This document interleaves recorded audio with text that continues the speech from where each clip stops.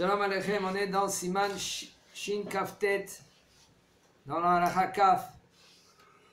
Il dit le Rav Din Milchama Shabbat, la halakha selon la guerre Shabbat. הדבר ברור שאין לחייל לטלטל נשק שלא בשעת מלחמה ואפילו בחצר המעורבת. C'est clair qu'un soldat, il n'a pas le droit de prendre son fusil avec lui quand il n'y a pas la guerre. Il y a des autres problèmes, okay? Entre parenthèses. Même si maintenant il nous dit le Rav, même dans une khatser, meorevet. Khatser, meorevet, ça veut dire dans un endroit qu'elle est déjà. Il y a le hirouf. Je vais vous dire entre parenthèses. C'est chaud là. Hein.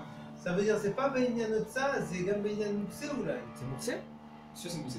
Pas pour ceux qui est à l'armée par exemple. De quoi? Même quand il y a un problème, le soldat lui-même. Un flingue? Oui. עכשיו אנחנו בזמננו נקראים בזמן מלחמה לא? Non.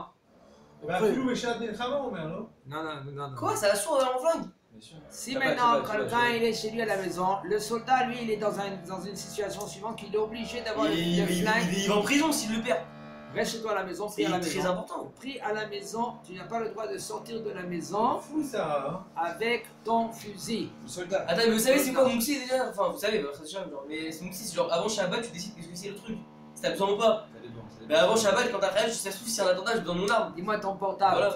Ton portable tu décides avant Shabbat que par exemple je veux le transporter d'un endroit à la voiture. Non, mais en général le téléphone tu l'utilises pas. L'arme tu peux l'utiliser. Si un Pigouin tu l'utilises? Non il a raison, pas au réel par contre. Alors faut la garder. Non, la garder. La halakha dit comme ça, Marciano, la halakha dit tu n'as pas le droit de prendre ton fusil Shabbat. Alors soldat, soldat. Et regarde là, qu'est-ce que c'est que dans la soldat, je pense. Un civil peut-être, pas soldat, c'est pas possible. Adavar, Barou, She'en le Hayal. Le soldat, il n'a pas le droit, l'étaltel Neshek, de transporter son fusil quand il n'y a pas la guerre. Le Shabbat, il n'y a pas la guerre maintenant, il n'est pas en guerre. Il n'est pas en guerre. Si maintenant il est par exemple dans les territoires et ils ont dit, écoutez, il y a des Shmira, c'est Mashouacher. Shmira, c'est Mashouacher. Quand lui, il garde qu'il y a des terroristes qu'il ne faut pas qu'ils rentrent, etc., c'est autre chose. Mais il est chez lui, il est en vacances, pas de guerre. Tu peux rester tranquille chez toi à la maison. Mange la défina. Tu mets ton fusil dans un endroit. Il faut savoir le fusil, comment se comporter avec lui, de le démonter quand tu es chez toi. Il faut le démonter. Si maintenant tu n'as pas le démonter, c'est un problème. Même quand il a un flingue, il est obligé de pas le démonter, mais de enlever pas la chargeur, la cartouche, comment on dit ça? Il y a un mec qui habite dans le territoire, un juif qui habite dans le genre à Eli ou un truc comme ça là. Il est obligé d'avoir un flingue sur lui. Non, il n'a pas le seul. Il y a des gens qui sont spéciaux pour cela, que oui. Que quand ils tournent et tout cela à la navette. Et même pour eux, pour prendre la voiture, etc., ils n'ont pas le droit de tourner avec la voiture. Ils sont dans l'erreur alors? Ils sont des pilotes et qui sont des petits potes. Tout ce que tu veux. Tu as raison, Martial. Combien de fois il y en a des gens qui sont dans l'erreur? Ils sont dans l'erreur, même des soldats. Je te dis, des soldats qui font le patron. Du côté de Netivot et Sderot et tout ça. Comment? Ils ont tous des flingues. Du côté de Sderot, Netivot et tout ça. C'est différent là-bas. Tous les sionistes là. Ça, tout cela, écoutez, je vais vous dire franchement, ça c'est à gérer. Il faut poser la question. Il faut poser la question. C'est pas cher, Otefaza. C'est quoi Otefaza? Otefaza, c'est autre chose. Otefaza, c'est de maintenant à maintenant, un terroriste il peut rentrer. C'est autre chose. On va pas d'accord. C'est autre chose. Oui. C'est ce que je dis, c'est ce que je dis là. Mais on parle. parle. Parce qu'il dit là-bas que Farmaïmon, ils avaient tout. Là-bas, c'est la guerre. Là-bas, ça Otefaza. Non, Otefaza. Ne compare pas ici à chaque moment, un terroriste, il peut rentrer. C'est autre chose, ça.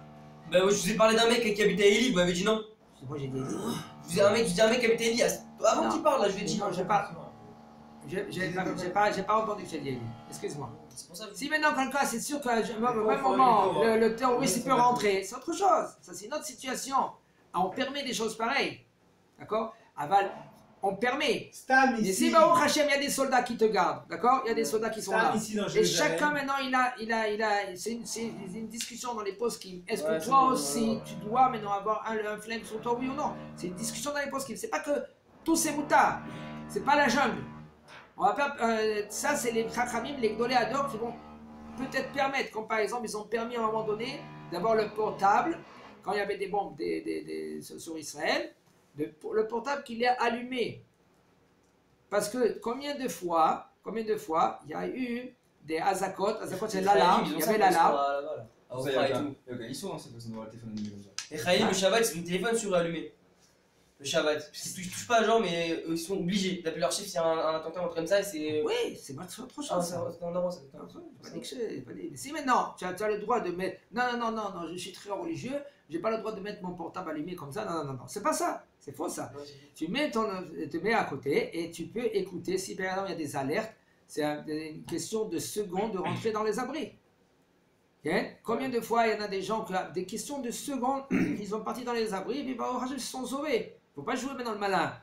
Okay? Il faut suivre qu'est-ce qu'elle dit là. Il y en a un qui dit, moi je compte sur Akadosh Baruch Hu. Je suis à Bitachon Malé. Je suis au milieu de la Hamida. J'entends la sirène. Qu'est-ce que tu dois faire au milieu de la sirène? Eh bien, je suis avec Akadosh Baruch Hu. Il nous a dit comme ça. Je suis avec Akadosh Baruch Hu. J'ai peur de quelqu'un? Hein? Non. Antiano. Peur de personne. Allez, c'est un Sadigamo, peut-être, mais je pense qu'on n'est pas. Alors, le Rav Yitzhak Yosef, il a dit clair. Tu es au milieu de ta Hamida. Il y a un serpent qui vient, tu fais 3 pas en arrière, tu vas dans le miklat, dans la chambre, dans l'abri, tu continues ta Hamida là-bas, il n'y a aucun problème. Tu continues ou tu t'es arrêté, c'est comme ça la halakha. Et même si maintenant tu es au milieu de ta Hamida et tu es dans un doute, tu ne sais pas maintenant quelle est la halakha, tu peux faire 3 pas en arrière, tu vas chercher la halakha sans parler, sans rien du tout, et tu continues maintenant ta Hamida. Il dit le Rav Goïm.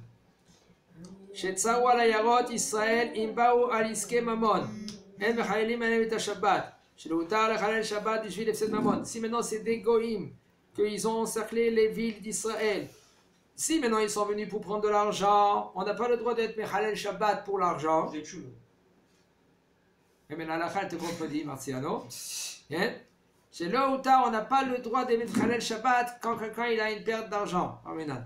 Si maintenant ils sont venus pour tuer, alors c'est sûr que même s'il y a un doute, s'ils sont venus maintenant, on ne sait pas, pour l'argent ou ils sont venus pour tuer, qu'est-ce que tu fais? C'est un doute, tu ne sais pas, tu n'es pas sûr. Attends, négocie avec eux. C'est de Safek Sakana. Voilà, Safek Sakana, dans un doute, qu'est-ce que tu fais? Tu ne laisses pas faire, d'accord? Il te dit le Rav, Yotzim Alehem, tu prends ton fusil, tu prends tout ce que tu as et tu vas et tu fais la guerre avec eux et tu mets Halel le Shabbat. Comme avant, qu'est-ce qu'ils faisaient? Ils prenaient de l'huile, ils brûlaient de l'huile, chauffaient de l'huile, et puis ils jetaient sur la tête des soldats par les murailles, ou de l'eau bouillante. ובעיר הסמוכה לספרד, דהיינו עיר המבדלת בין גבול ישראל דרים בה לגבול שהעקום דרים בה, אפילו לא באו על אלא על עסקי תבן וקש מחיים את השבת. Maintenant ta réponse. Et si maintenant c'est une ville, que cette ville se trouve à la frontière, même si maintenant qu'ils sont venus, pourquoi? Teven des cash, ils veulent prendre par exemple du cash, cash ça veut dire de la paille, ils veulent voler ta paille. Mais Halalim, Alem est un Shabbat. Ah ouais? Oui. Parce qu'on craint que si maintenant ils vont rentrer dans la ville, pourquoi ils vont rentrer dans la ville? Pour prendre le foin, ils vont prendre la ville et après ils vont. En gros, c'est comment on appelle ça? Un phare ou un yeshuv. Un yeshuv. Quoi qu'il arrive, tu peux le tuer. Même s'il vient prendre la paille, genre. Ouais, exactement. Parce qu'on craint qu'ils vont prendre cette ville-là, qu'elle est proche, et après ils veulent conquérir tout Israël. Alors, dans certains quartiers de Jérusalem, il faut faire attention. Exactement. Il y en a qui sont à la frontière. Quand par exemple. Arnona, par exemple. Quand par exemple. Exactement. Exactement. Tu vois que. Un mec qui a un flingue, il peut garder sur le Shabbat. Par exemple. Mais à Charim, non. Si maintenant tu. Non, mais il faut savoir que Il faut savoir si vraiment ils vont venir. Si maintenant tu es tranquille chez toi, il n'y a aucun problème. Il y a la navette qu'elle tourne. Il n'y a aucun problème. Tu peux être tranquille, Rav, et dans 2 minutes. D'accord. Si maintenant tu te trouves, Kfar Maïmon par exemple, à Eli. Même à Jérusalem. Ah, on va de chez moi, à Ronalati. Mais bon, Hachem, il y a des soldats qui tournent, il y a de la navette et tout cela. Donc, tu mets dans une. Comme il y en a, il s'est passé dans un Kfar. Hachem Ishmael, dans le Shofar, là maintenant, il était un soldat de Douvdevan. Et un Douvdevan, il y a un arabe qui est rentré dans ce Yishuv là-bas. Ils ont ouvert la porte, c'était Brit Yitzhak là-bas, qu'ils devaient faire le lendemain matin de faire la Brit Mila. Il est rentré, cet arabe-là, il a tué le mari il a tué le mari. Il a jeté sa femme, parce que sa femme aussi a été poignardée. Et la fille, elle est montée avec les petits-enfants et s'est cachée en haut. Et le papa, il s'est bagarré avec lui. C'était quelques mois en arrière. Et qui c'est qui l'a tué? Il n'a pas tué. C'était un des doubles des vannes. Il était en bas. Il voit quelqu'un qui comme ça. Et il a pris son flingue. C'était Shabbat. Il a pris son flingue et il a tiré dessus. Heureusement. Bien sûr. C'était dans un yeshuv dans le territoire. Dans un yeshuv. Hachem, il comme Damam. Ok, mais